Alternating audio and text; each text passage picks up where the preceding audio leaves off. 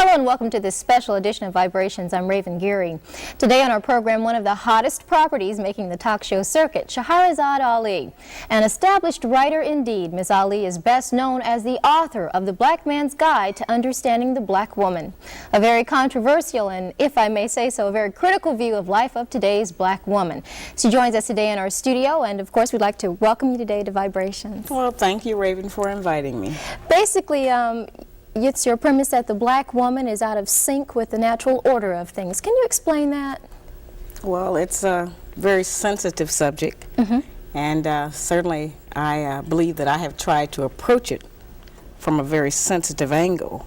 What I have actually said is that the black woman's disrespect and rebellion against the leadership and the authority of the black man is a direct cause of the breakdown in the black family structure. It's not an attack on us as black women.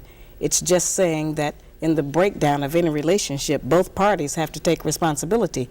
And as black women, we have been protected and insulated from any kind of examination about what our share of the responsibility is in the breakdown of the black family. My book represents the first platform, certainly, that the black man has ever had to air his grievances about the black woman, because no one would ever listen to him. They have only listened to us. Can you tell us a little bit about the book itself? What brought you to this point of having to sit down and use your pen to write this book? Well, actually, it was my first book. In 1985, I authored How Not to Eat Pork or Life Without the Pig. And at that time, I was going around doing what I was calling Get Off That Hog lectures. And during my travels, I noted that I would take the microscope and show people how you can't kill the trichina worm in pork by cooking it. Heat was not destroying the worm, and I would show them, the difference, and demonstrate how FDA was now using radiation to try to kill the worms in pork because cooking was not working, which is what we had always been told. And during that time, a lot of black men were in agreement to get off eating pork. They wanted to change their eating habits, and they were happy to find out some information that might possibly save their lives. But it was black women who were the most adamant, who refused to change meal planning techniques, seasoning food, cooking techniques. And so I said, it's interesting. I said, if we are refusing to provide the black man with the proper physical food when we know that food is what sustains life, then what else are we withholding from him? Possibly there are some other areas, emotionally, spiritually, psychologically, that we are affecting his behavior by what we do or what we withhold and refuse to give. And that led me to try to find out. We've always heard that the black man leaves the black family, abandons his woman and children, won't take care of the children, won't work, stays out all night, turns into a drunk, takes drugs. We've heard a lot of negative things. Most of them are true. But I wanted to find out what happens before he gets to that point. What leads up to the breakdown? We've never gone back to try to find out what happens in the relationship between the black man and a black woman that makes him go off and do all of these bad things. To assume that this is just normal, natural behavior for black men would be to assume that he is naturally bad. And I do not believe that the man that God gave to us as a mate is a naturally bad person. And so I wanted to try to examine what goes on with him. What's his side of the story? Did a black man ask you to write this book? Oh, no, certainly not. I think they were just as surprised as black women. Many of them approached the title of the book with a little apprehension because they have not had a champion. We have never had a black woman who actually stood up and said, I'm standing up for the black man's side of the story. We know what our side is, and both sides are true. We have done some very dreadful things to each other. And I don't exonerate black men, which is kind of a misconception that people have. I just say that we know his side.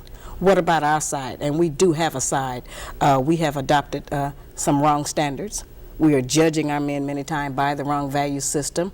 We are using his children sometimes against him. We have been told that the only benefit that a black man provides in a home is money, and if he does not give us money to take care of those kinds of financial provisions, that he has no value. And what my research has proven to me is that a black man, any man in any home, provides much more than financial support. The man provides guidance, instruction, discipline for the children, which we sorely need in our black homes. He provides gratification, fulfillment, protection. I mean, there's so many other values, and these values are the ones that are missing in our children today. which is why many black children are in the street, out of control themselves, disrespectful, don't have any regard for anyone. And most of us are scared of them, and everybody else is, because nobody has a way into them to try to gain any control over them. So I maintain that a return to traditional family values, certain clearly defined gender responsibilities for black men and black women in running a home and a relationship will help us to produce a better child. And if we produce a better child, certainly we'll have a better future and a better nation. In saying all of this, and as calling yourself a champion and having, if I may say, the courage to write this book and stand by it, you've caused a stir. This book is very controversial. What are you hearing from public reaction? Well, I don't think that it's an issue among black women about whether or not the book is true or not. The issue is that I was not supposed to tell. These are inside secrets and things that we have never let our men know about. And many times what is that we say? He can't handle me.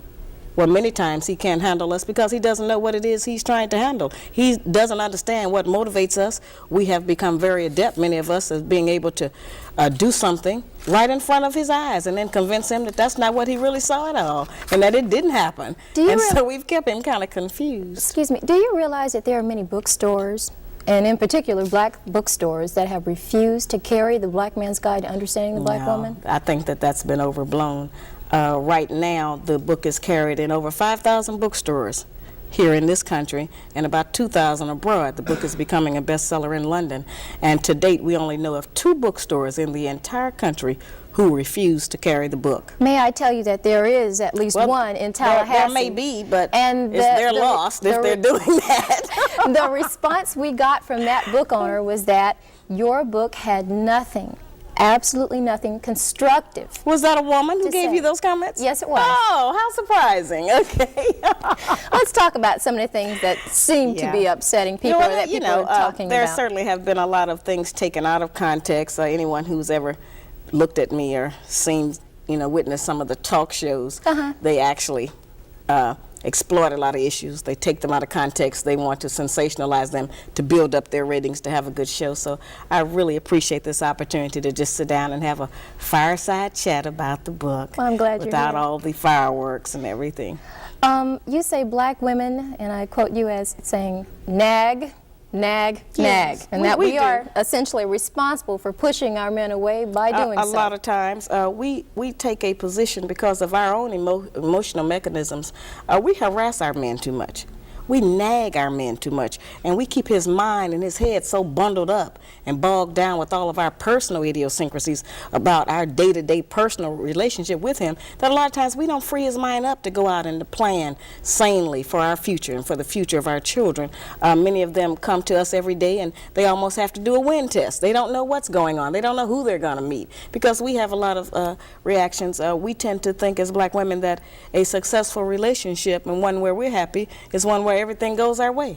And the first time it goes another kind of a way, then we go into hell, turmoil in our brain, and we start deciding, oh, I've got terrible problems with this man. He won't do what I want him to do. When our men have a side. Let me give that side according to Shahrazad Ali, okay? You say in your book, okay, let's get and I'm quoting Come you, on. okay? The black man in America is the only male on earth, including every continent, who is disrespected by the women in his nation. That's true. This situation does not exist anyplace else among the billions of people inhabiting our planet except here in America. That's right. The other black men, the yellow men, the red men, the brown men, and the white men are all honored and respected by their respective nations. All other women recognize and accept that the man is the authority, the ruler, and the leader. Only here in the United States, in the black nation, scattered throughout the United States, is the black man neglected. That's pretty powerful. And it's absolutely true. We have been displaced. A lot of us don't really understand what slavery actually did to us and how much psychological trauma it did to us regarding what our proper roles are with each other, what our responsibilities are as man and woman in our various communities and relationships. We have never been debriefed from slavery. Not really. We have just, we know we had that history, but we don't know how it affected us. We don't know how much of our actual culture we lost.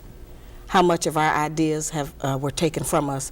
We know that our religion was taken from us. We know that our names were taken from us. But we don't know how many other standards of day-to-day life have been removed. And while we have adopted the American way of doing things, they have not worked for us because we have a very special situation. We are not the same as everyone else. And a lot of the people who want us to pretend that slavery didn't exist or to forget about it, they've never been a slave. So they don't know what we're going through. They don't know what this has done to us. It has made us as black women insecure. Why not? Well, okay, well, if that's true, why not take up for us? Why not write something that says we need that? We've had everybody to take up for us, and we've always had books about black women, how great and how strong we are, and we are that. I'm just saying that we have used our strength in the wrong direction. We have used it against our men instead of standing up for them. And if we start to support our men and to speak a good word for him publicly, then so many people won't be able to come against him and tear him down. And he won't have to feel so frustrated, and he won't be outside away from us looking for peace of mind with women of other nationalities, because we actually want our own black man. We need him back in our homes, and we want to have one. We're just living in a culture where they're trying to convince us that not only do we not need a man, but there's some other options to having one. And those options mainly are celibacy or lesbianism. There's an old saying that says, charity begins at home and spreads abroad. And Absolutely. In your book, you say that we are not bringing up our daughters and our sons in a correct manner to respect their fathers. No, we're not.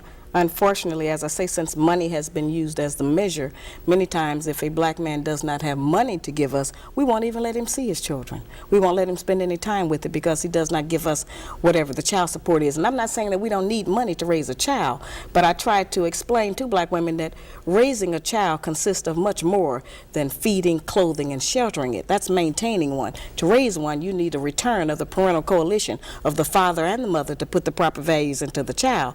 Many of our boys, when we raise them alone, they grow up with the female emotional mechanism. They are suspicious, they are doubtful, they're disrespectful of womanhood, they are bitchy, they can't make a decision. And many of our girls who grow up in a home where there's no man present, they go out into the world and try to mate. They don't have any idea how to live with a man day to day, how to prepare a proper meal, how to be a mother, how to just be in love in the home. Most of what our people and our children especially have learned about how you have a relationship, they learned off of television. And television doesn't represent our needs. And so a lot of the confusion has come, from outside agencies that we have not recognized just how detrimental it has been to us as a people. Can I play devil's advocate for just a moment? Well, I wish you wouldn't, but I know you must. Go on.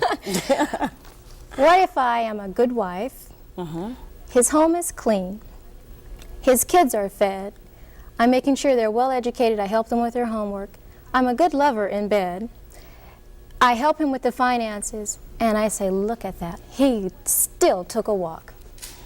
Well, that's something else that's been confused about my book. I advise black men and black women. I certainly tell men that if you are with a woman who you have been with for 5, 10, 15, 20 years, 6 months, 2 weeks, whatever it is, and that woman refuses to cooperate with your ideas, does not want to get with your program of right, whatever it is, then I tell those men, get rid of that woman and get another one.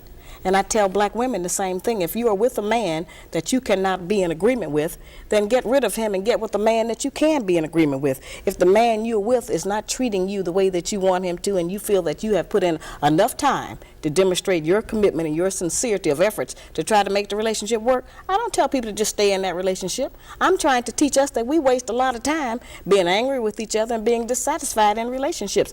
Get out of it and get with one where you can be happy. You say that the black woman would like to be a clone of the white woman.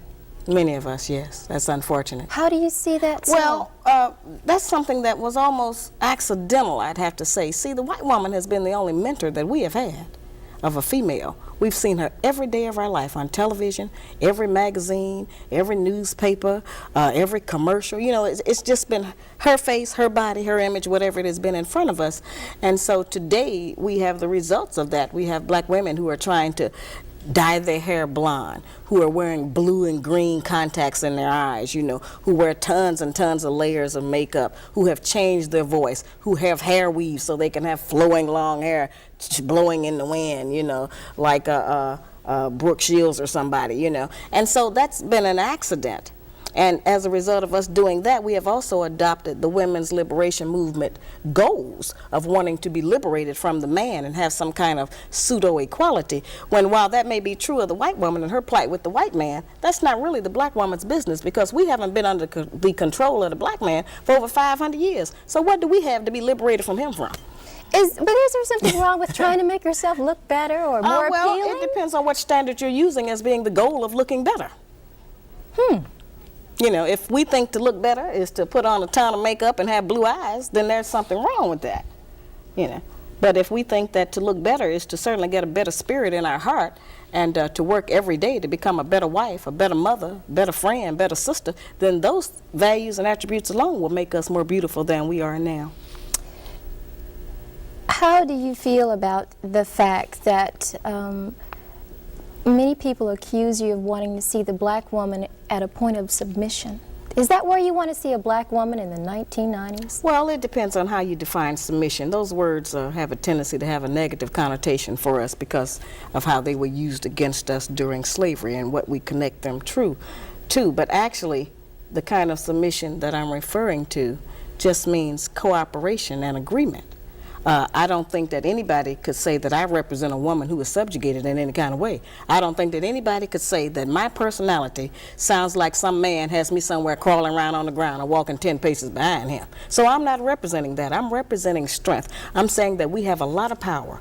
We have power to make heaven and hell for our men. And I'm saying, let's try making heaven.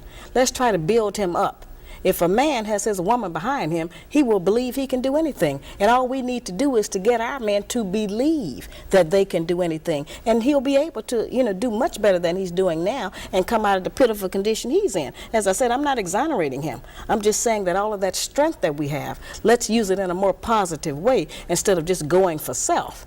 Nobody told us that all of that being my own person and I'm independent would lead to separation and loneliness. But that's what we had to trade for that.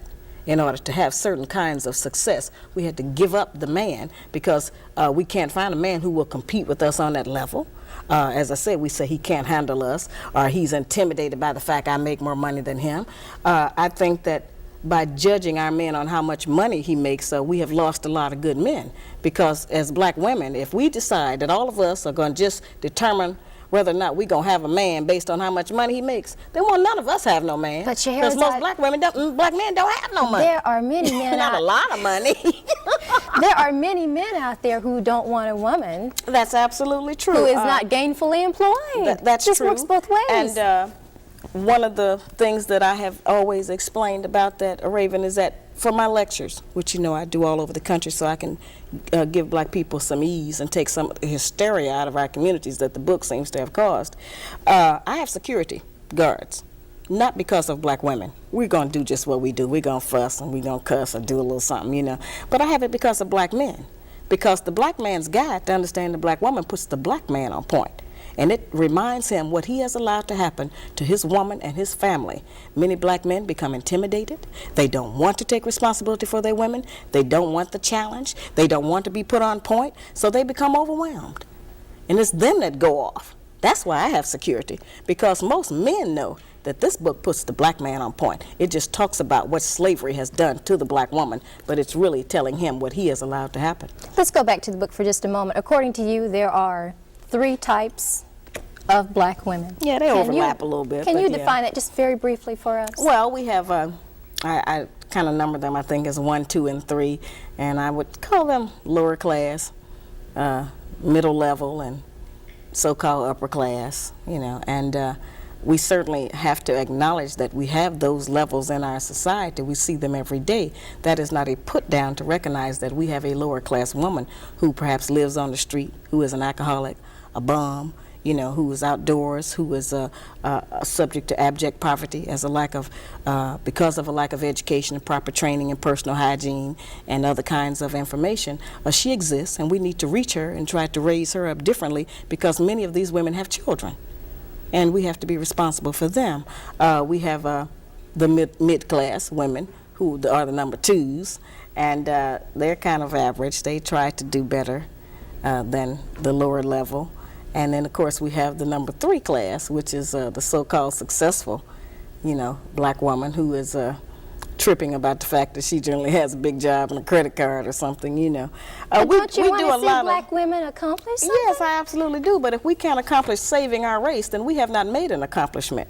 We are looking at our man become endangered. He's already endangered. Over 60% of us are single, widowed, separated, or divorced as of last year. And so we're not together. And there is one monolith in the black community, Raven. If we don't reproduce children, then our nation, our race is going to die out here. And so we sometimes tend to look at black men and say, yeah, they're in this bad condition, and we act like they're going to die out and we're going to live on. But that's not the way it's going to go. If the black man dies, all of us are going to die because he actually is the backbone of our nation. We can't produce a baby by ourselves, and going into other nationalities still just erases, you know, our nation. And I'm trying to get us not to do that. You have problems with interracial marriages. Yeah, I'm not for that. Well, because of the fact that I think that God made a male and female of every nationality so that they could mate and reproduce. And I think in our particular case, a lot of us try to run to what I call race denial by trying to marry into other nationalities to try to get away from our own heritage. Many black women do that, and certainly many black men do that. So I'm trying to get them to get back together and stop trying to marry and go into other races and infiltrate them with some of the nonsense that we bring as a result of our sad slavery history. What if a woman says to you, well, I was alone, and he came to me at a very vulnerable point in my life, whether he's Hispanic or from the Middle East, or he's Caucasian, white, and Caucasian, doesn't matter. And she just says, he came to me at a very vulnerable point in my life, Shahrazad, and he's good to me, and he takes care of me. It's not necessary for people to confess to me. I tell people all the time, I'm not taking a poll. This book is about self-examination and personal development. And if after reading this book, she thinks that she is still in the right place, then I don't have any control over that. I'm not out here as a judge. As I said, I haven't set myself up to say I'm the perfect black woman. Everyone should be about me. I have the same problems that all the rest of y'all got. I'm just trying to work with it, and this book is so brutally honest. We've never had anybody just straight talk to us about our personal problems, what happens inside the black home after the door is closed. And we have had a tendency to think that it's some kind of secret, that nobody recognizes, that we don't get along. And we tend to think that somebody is going to pick this book up from some other nationality and think that all black women are like the women that I describe in this book. That's totally impossible, because the things that I describe are visible and they're audible. You can see them or you can hear them. So nobody's going to mistakenly think you do these things if they don't see them or hear them coming out of your mouth or out of your actions. You know, so there's no danger of people thinking that all of us do this. Shahrazad, there are a lot of women out there who think you don't like us, you don't like black women. Oh, yes, I do. I love black women. I'm a black woman myself, and I got 5 daughters and 4 sisters, so that would, you know, be ridiculous of anybody to assume that. As I said, we have just never had anybody challenge us on our behavior.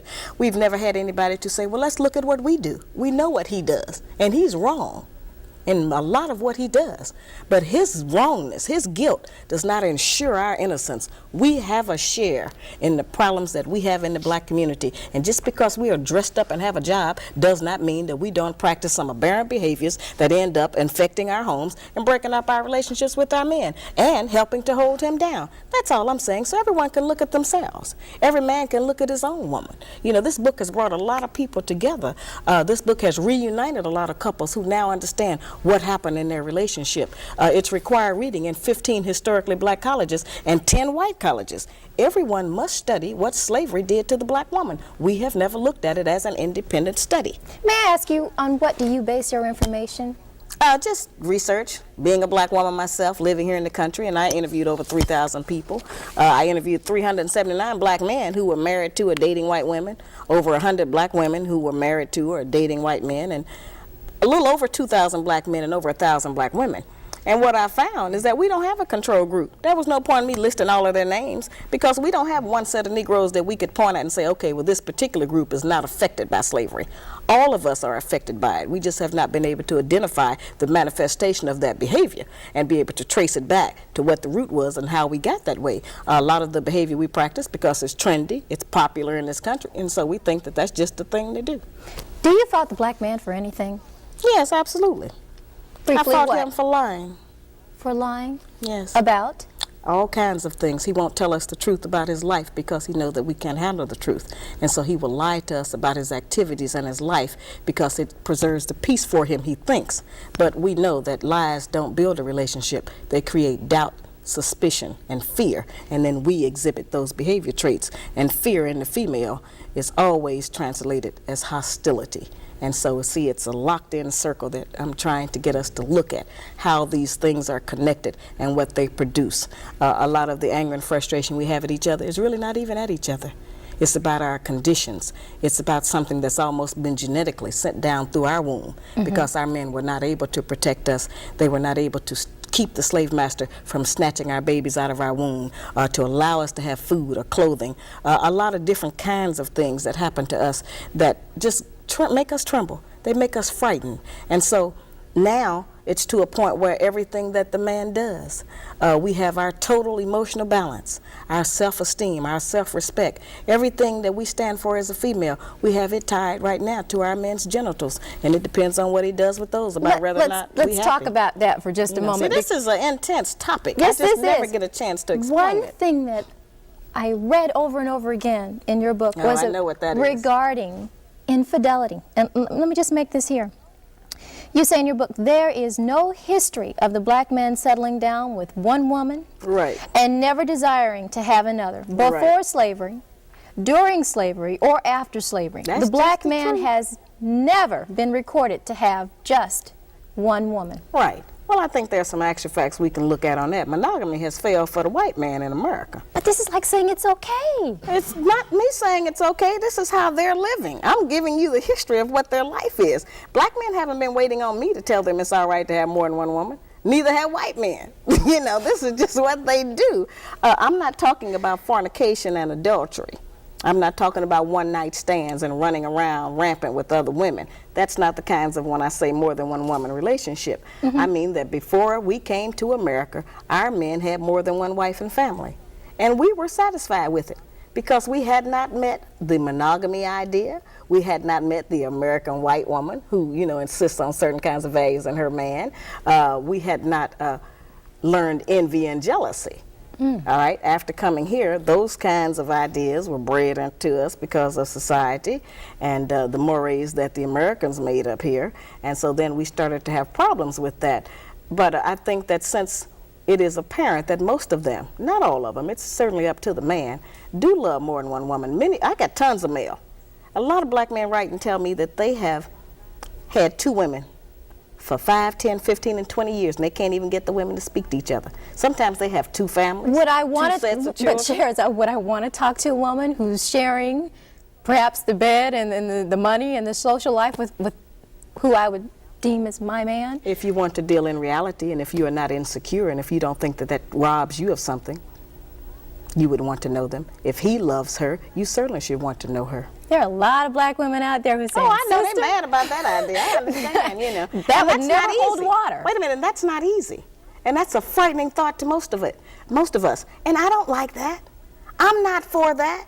I'm in agreement with everybody else. Our men ought to just have one woman. But that is not the reality. I'm trying to get us to deal with some reality for a change. Stop dealing with fantasy. Stop dealing with television. Stop dealing with imagination of how we wish things were. Let's deal with them how they are, what it is, present tense. And but if we deal with that, happening doesn't mean I have to like that or want to accept that. No, that means that you can live in hell. That means you can live in doubt. That means that you can always be checking on your man. That means that you can be insecure and be, you know, tearful. And that means you can be disappointed when you find out the real truth. And you don't want to have that in your life. None of us do. But in order not to have that, then we have to deal with some reality and recognize that men are not limited in the way that women are. Men are able to love more than one woman. I'm not talking about, as I said, just a random sexual relationship of fornication and adultery and all of that. I mean that there are many black men who have children by more than one woman. What is to become of those children? They need their father. Now, you say that once these relationships don't work, and they start breaking up or things start going bad at home, you say, she will cry and seek sympathy.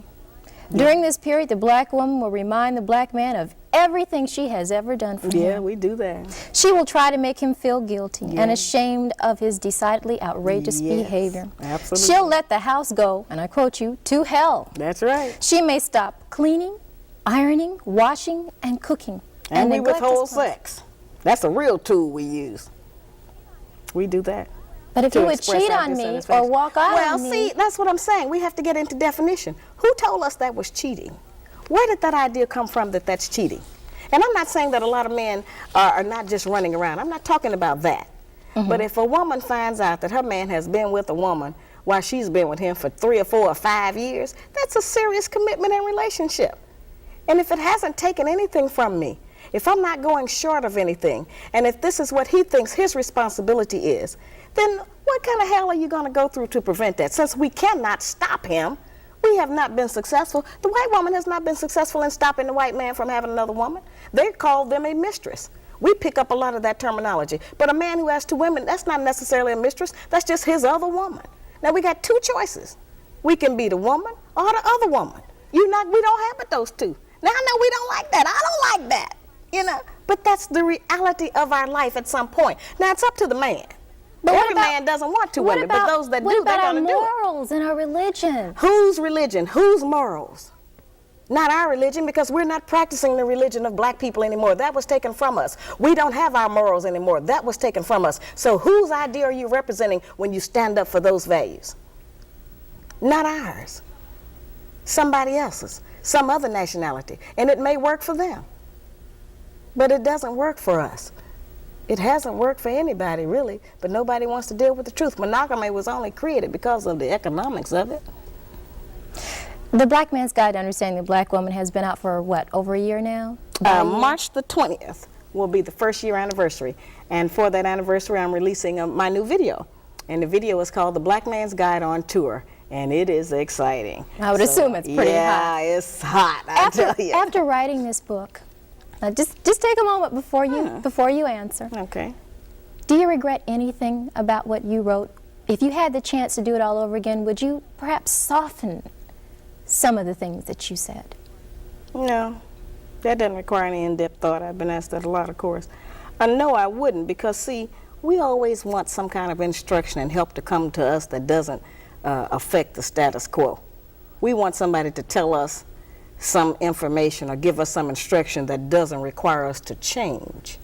Okay? This book requires change. And one thing this book has done that I have really been pleased with, it has certainly reopened communications. And a lot of us as black women, because of what here seems like it's just so radical, are willing to make a lot of concessions now and cooperate a lot of other kind of ways to keep from having to do any of these things that I list in here. So I have letters from black men who just write and say, listen, thank you, my wife is cooking better meals now. I have letters from children that say, thank you, my mother quit her 2nd job, she's home with us now at night.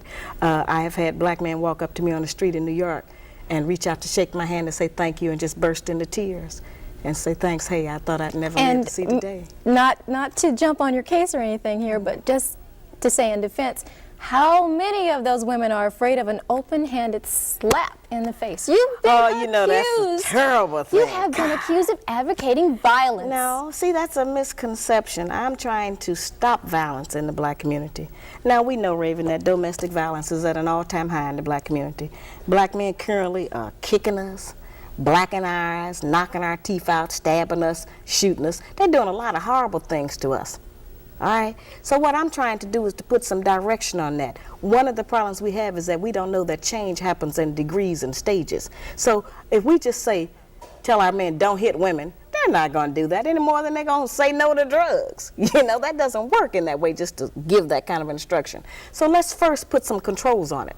Let's get our men to recognize that they don't have to go off and brutalize us with their fists and hit us with weapons and kick us in the stomach and hit us in the breast. But it's okay for him to hit me with his hand? Wait a minute. I'm saying that if I can stop black men from kicking and shooting and stabbing and stomping black women and get them to just lightly tap us in the mouth, I will have saved a lot of lives and preserved a lot of families. What kind of logic is that? Well, they're not going to stop doing it completely.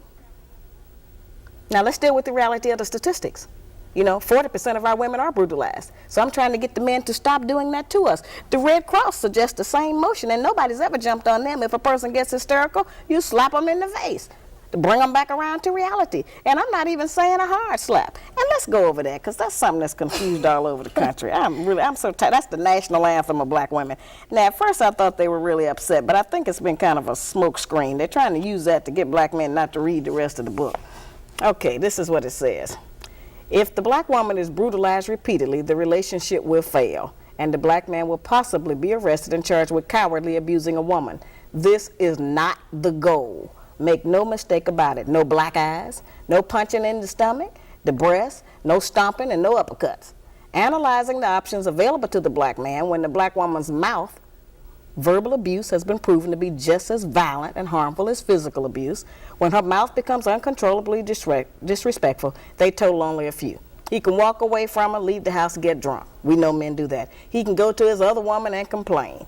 He can quit the relationship, leave the woman. He can try to argue back and lose. Nobody can out-argue us, okay? Or he can seek counseling or sympathy from friends.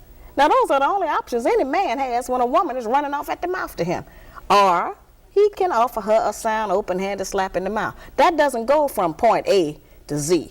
There's a lot of other options in there that our men use. I'm just describing what happens. Ordinarily, when he gets to that point 6, it's not a slap, it's a brutal hit with a fist. I'm trying to stop him from doing that to us. But and I'm trying to get us to control it differently. No kind of violence should be advocated. Well, that's not advocating violence. The violence is already going on. I'm trying to stop it. I'm trying to put some controls on it. Shahrazad, and that's something that people don't understand. You are a mother.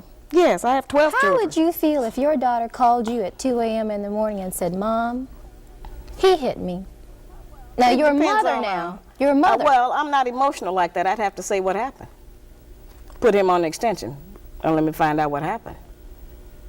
There are many women out there who would like to know, are you married? Of course I'm married. Yeah, you know I'm with being with a man. I'm not ashamed to say I need a man. No, I need a man. I'm one of those with men. I have to have a man. I am not ashamed of that. My first husband died in 1985, unfortunately, of a heart attack. And I have a new husband now. And I've given the children to him, and we're raising them. And he's a very beautiful man. He's not afraid of me. He's not intimidated by me. And he knows me, and he has read the book. Okay? He is in agreement with my campaign. And all of my sons are in agreement with this. I have 7 sons, and they are very beautiful and very talented. And it's very interesting to see how, as a result of me teaching them differently, the girls that come there, they don't run the same game on them. You know, like they can't come into our house with the mini skirts on. Mm-hmm. They can't come in with the skin-tight clothes on. You are Muslim, may I add that? Oh, of course, okay. But I'm not teaching our people religion. Okay. They already failed that course. I wouldn't dare try to teach black people religion. But does that influence the way you Islam stroke your influences pen? everything that goes on in the black community, because that's what we were before we were brought here as slaves. So yes, it certainly has influenced my life. Can I jump back? It's not a book on religion, and I don't bring it into it like that. I want to jump back for just a moment. You said there are 3 kinds of black women. Where do you fall? Probably somewhere, the categories overlap, probably between the 2, 3. And how do you criticize yourself? Well, as I said, I work every day to be a better wife, better mother, and I have not said I'm perfect. You know, I'm a victim of all of the things, just like all of the rest of us are. And I don't say that all black women do everything in my book. None of us have lived long enough to do everything in the book, but all of us do some of them. And every time that we do them, then it serves to break up our relationship and run our men away from us, when that's not really what we want at all. We really want him to run toward us. But sometimes we function in such a way that makes him be outside looking for peace of mind with somebody else, because we withhold the peace because we're mad at him about something, you know. I go around trying to tell black women, if one of the things we can do for our men is just smile when we see him coming. You know? If you get with these ideas, the first thing it'll do is relax the muscles in your face. You won't be so uptight all the time. It'll make you beautiful. What are you teaching your daughters regarding to this philosophy? That to be able to judge things on an unemotional basis, to try to go by the actual facts of what is presented to you instead of how you feel about it. Our people in general have a problem distinguishing between actual fact and opinion, and we think we have an option to reject the truth based on how we feel about it. And the truth doesn't change just because we feel a certain way about it. It remains the truth. So I teach them that. Is this book semi-autobiographical? Oh, absolutely not. Excuse me. Absolutely not. No, no. But doesn't the average person that write a book, there's a little bit of him somewhere in what I'm the writer here. You the TV host, and writers do not do that. You can write about anything you want to. And the only thing I regret is that I didn't write the Black Man's Guide to Understand the Black Woman Part 2, because there's some more. This is just all I put into one book. But I'm coming out with the Black Woman's Guide to Understand the Black Man in 1993, probably. Well, I will tell you right now, there will be a lot of ladies. Oh yeah, we return money every day. They trying to buy it already, but I don't have it ready. The most profound question, perhaps, that I can ask you right now: do you believe in what you're writing, or are you a very astute businesswoman making a buck? Well, I believe absolutely in what I'm writing. I wouldn't come out here and go through what I have to go through around the country every day, and I could be in a different city every day of the year. The demand is just that great. I read an article in Emerge magazine the other day. People have been writing in about my book as a result of an article they wrote a few months ago. And the editor put a note in the magazine, in the front of their magazine, that that's Emerge magazine now. That's supposed to be black people coming out and so forth. They put a paragraph in there that said, we have been still getting letters on Shahrazad Ali's book, The Black Man's Guide to Understand the Black Woman, but we're not going to publish any more of them because we have decided that the book has made enough money. I thought that was the most ignorant remark. So I told my secretary, get him on the telephone. So I got that nigger on the phone. I said, has IBM made enough money? Has Nike, Reebok, AT&T? Why don't you go tell them people that they made enough money? You know, that's so silly that our people take an attitude of wanting to stifle someone else's success. The part that you mentioned in regard to me being a successful publisher and a female entrepreneur, absolutely. I have a great deal of insight about the publishing industry. I did this by myself. And you would think that somebody would want to do a story on that side, since obviously I know how to put together a successful project and carry it off into the second year now. But they don't want to deal with that, and they keep saying I've made enough money. And nobody even knows how much money I have made. They don't know what my responsibilities are. They do know I have 12 children. You know, but I thought that was such an ignorant remark for a black person to make, when all of the people who are making money off of black people in our community, where it's not benefiting us at all, it's not helping us to grow or to change or to be better, and they never get addressed, they never get attacked, but they keep saying to me, you know, that I have made enough money, and they don't even know how much. The irony in this is that you said you wish you could see more black women taking more interest in the home. Well, you are a businesswoman. You're traveling all the time. Who's cooking your husband dinner tonight? My husband travels with me a lot of the times. You all just don't know who he is because we can't let that out. No, he's with me a great deal of the time. I have a strong family, extended family structure. I have sisters, and my children are between the ages of 5 and 26. Now, if that 23, 24, and 25-year-old don't know how to take care of the children when I'm not there, then I have failed. But I haven't, because they do know how to carry on until I get back, you know. Have you met any one black woman that you do admire, who you think has done an excellent job? I admire a lot of black women all of the time.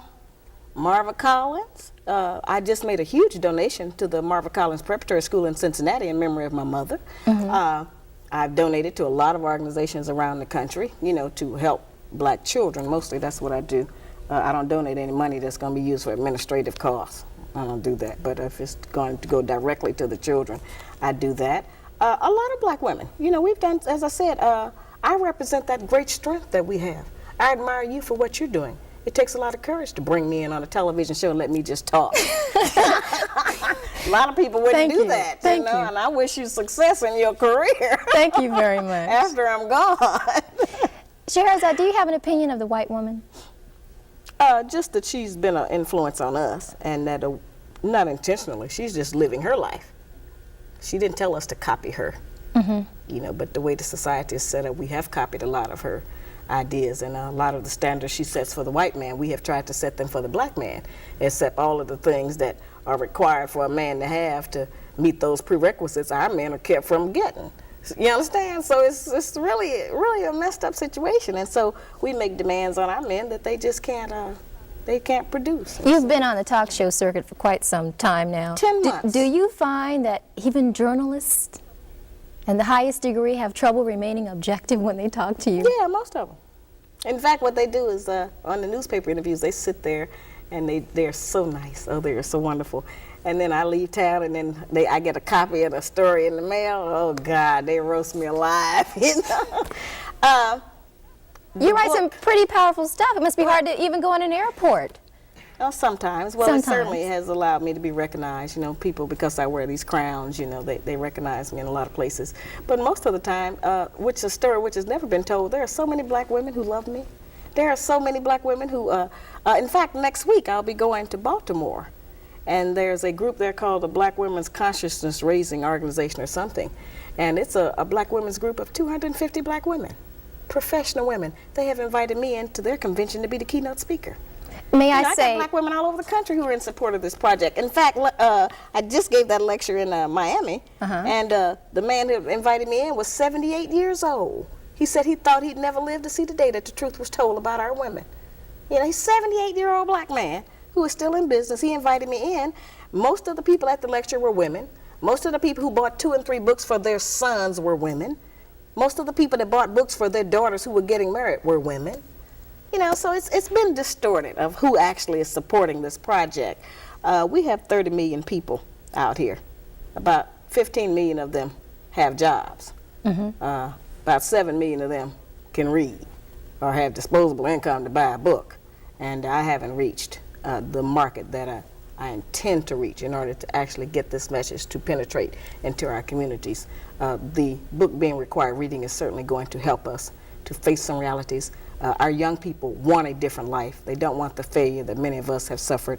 They have seen that this has not worked for many of us, and they want something different. They want to find out why they can't get along, why their mating techniques are failing for them, and why they're so frustrated, why there's so much game and nonsense in it. And this book will help them to do that. Shahrazad Ali, it has been a pleasure, Well, may I I say, have to have you enjoyed today in our this. program. Can I just add something for just a moment? I had the opportunity to have lunch with you today. Yes. You are a very personable individual. You Absolutely. are sweet. They just tried to You're make me a monster on television. But can I say that if I didn't know about this book, on a first impression of you, I never would have thought you'd have written that. Well, you may not have. Many of us have some talents that our larger communities can benefit from. You know, if I had met you somewhere, I might not have realized that you were a very popular and dedicated talk show host. I wouldn't have known that until you told me what you do. I believe that the message I'm trying to bring to my people is a message from God. I think that the only way our people get any message or information from God is through the people, and that this is a very important work I'm doing. This is not a game to me. It has a great emotional drain on me. People come against me with a lot of negative ideas. They come hard. They bring all the force that they have to bear, and I have to stand up under that. How do you deal with that? You know, well, I don't internalize. I don't let it go in. I expected us to have an emotional reaction, and I know that when you have a revolution or social change, the first reaction is emotional, but those people settle down. And so if I have to be the brunt of that in order for them to get to a better life, in order for us to have a better child, then I just have to take that. And of course, my own man has to absorb a lot of what I bring to him. Sometimes, every once in a while, somebody will get through, and they'll say something that'll, just be so penetrating, I say, wow, listen at that. But I just don't internalize it, because I know that it's not me they really want to attack. They really want to just not have to take responsibility for their behavior. They don't want anyone to say that's wrong, because most of the negative practices we have, we've been doing them so long, we think that they are right. And so we don't want anybody to come out and say, you're doing that wrong. And we certainly don't want our man to say, that's right, you are wrong. Has this been worth what you've had to go through, Absolutely. being accosted in airports and Absolutely. practically blessed out on television shows? Anytime I'm accosted in the airport, it's because somebody wants an autograph or they want a book. I mean, I've had an entire basketball team in LA, they want a book or they want an autograph, but it has not been negative. And certainly, as I said, we can always dwell on that one issue in the book that people tried to bring up that's negative about violence. As I have explained, that's not what I was trying to do. And that certainly keeps people from understanding the rest of the book.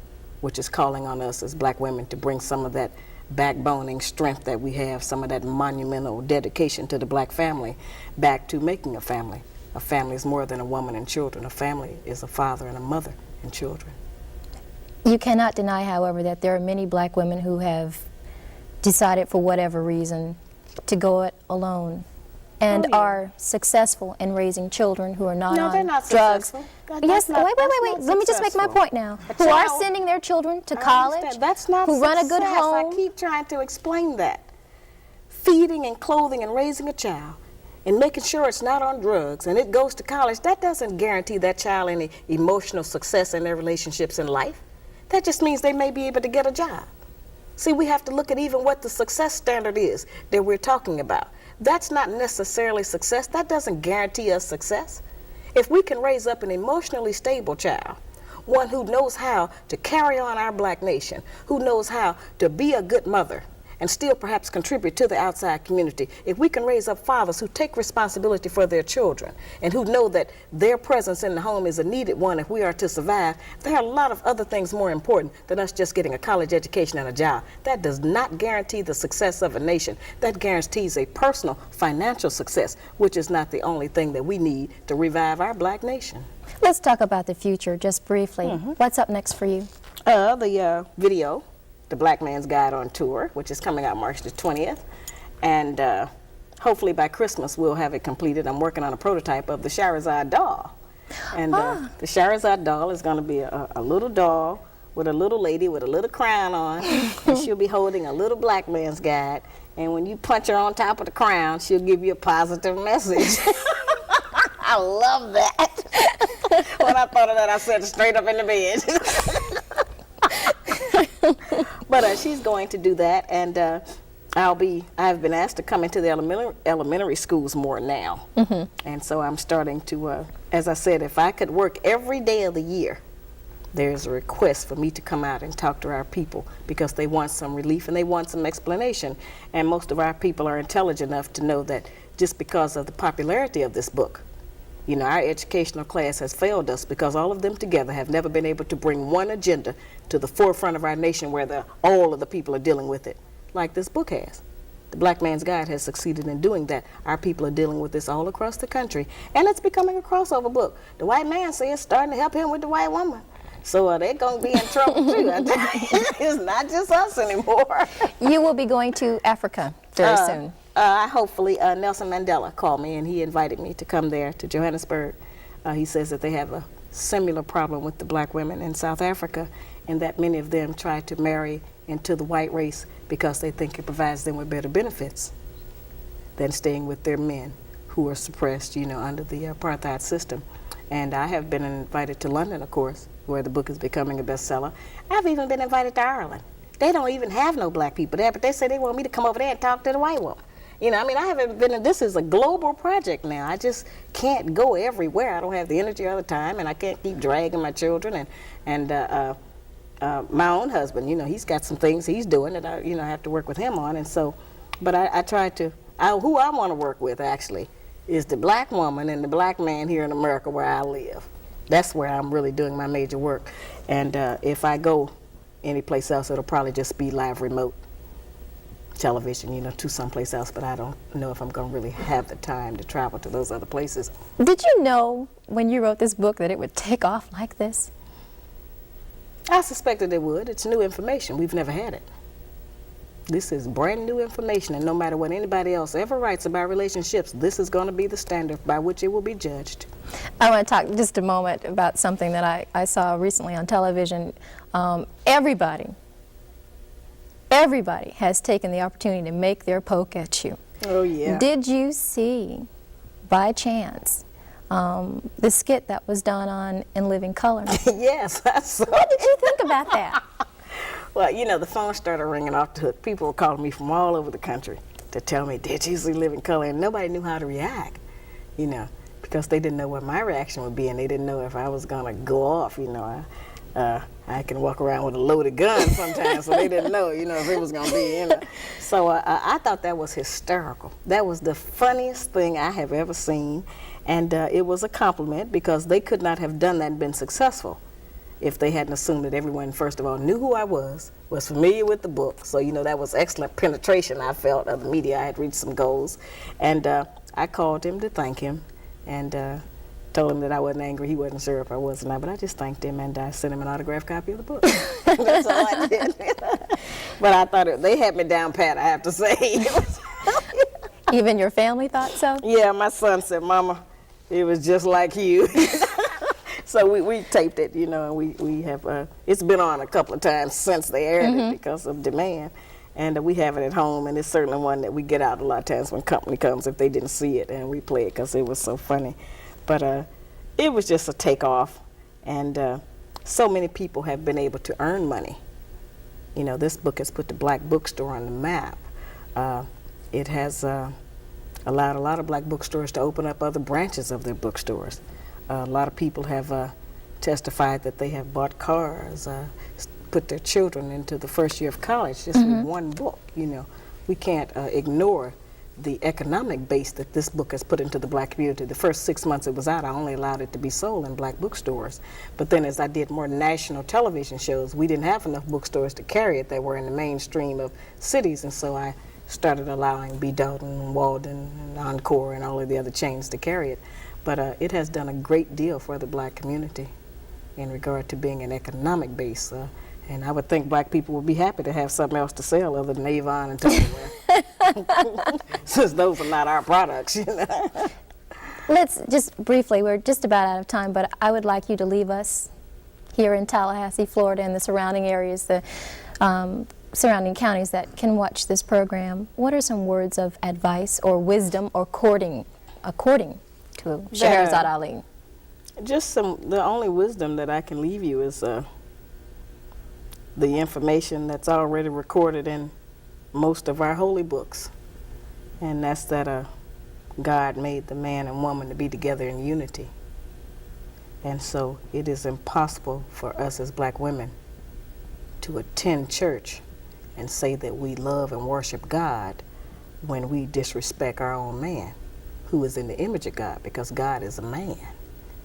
And our men may be the closest representative of that kind of masculinity of God that we ever meet. And that we should stop using our children to punish our men. We should stop disrespecting our men in front of our children. Sometimes we talk badly about them. It makes the child get a different idea about the father just because of our personal relationship. And that we should start trying to be a little bit more patient, tolerant, and courteous. And those are some attributes that we have kind of gotten away from because we're on this speed thing of trying to make a living. And as I said, I'm not saying that he's right, but if we become better women, he's got to become a better man. Shahrazad Ali, thank you so much. This has been a very interesting enjoyed this. I know your people are going to love this. Nobody ever gets to hear me talk this much. All right. Thank you so much for joining us today on Vibrations. Well, thank you for inviting me. That's our show for this week. Thanks for joining us. We'll see you again next week. Bye-bye.